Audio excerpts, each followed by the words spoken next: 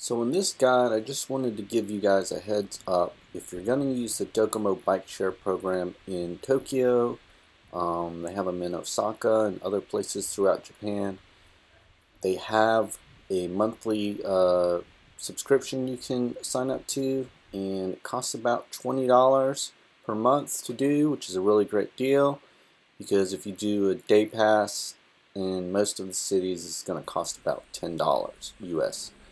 And you can technically use the same login in Tokyo as you can in Osaka. However, you do not want to do that. And the reason why is because if you, let's say you signed up in Tokyo and you're using it for a couple of days there, and then you go to Osaka and you log in with your Tokyo login, then what's going to happen is they're going to charge you about 165 yen, which comes out to about $1.50, $1.65-ish every time you check out a bike. So the better way to do it, learn from my mistakes, because I got charged $140 within 2 months of using the bike share in Tokyo.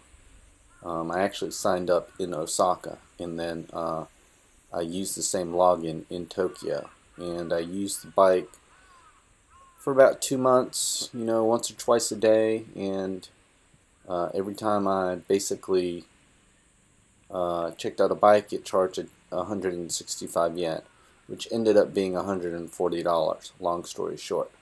So what you want to do is, if you're in Tokyo and you sign up in Tokyo, obviously use your monthly service there, and then you want to cancel your account when you're done in Tokyo, and then when you go to Osaka, just sign up again, and that way you won't be charged those extra fees.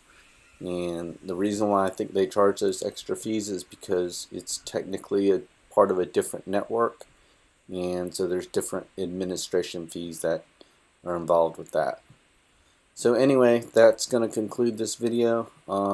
If this brought you any good information, please hit the like and subscribe to my channel. Thank you very much.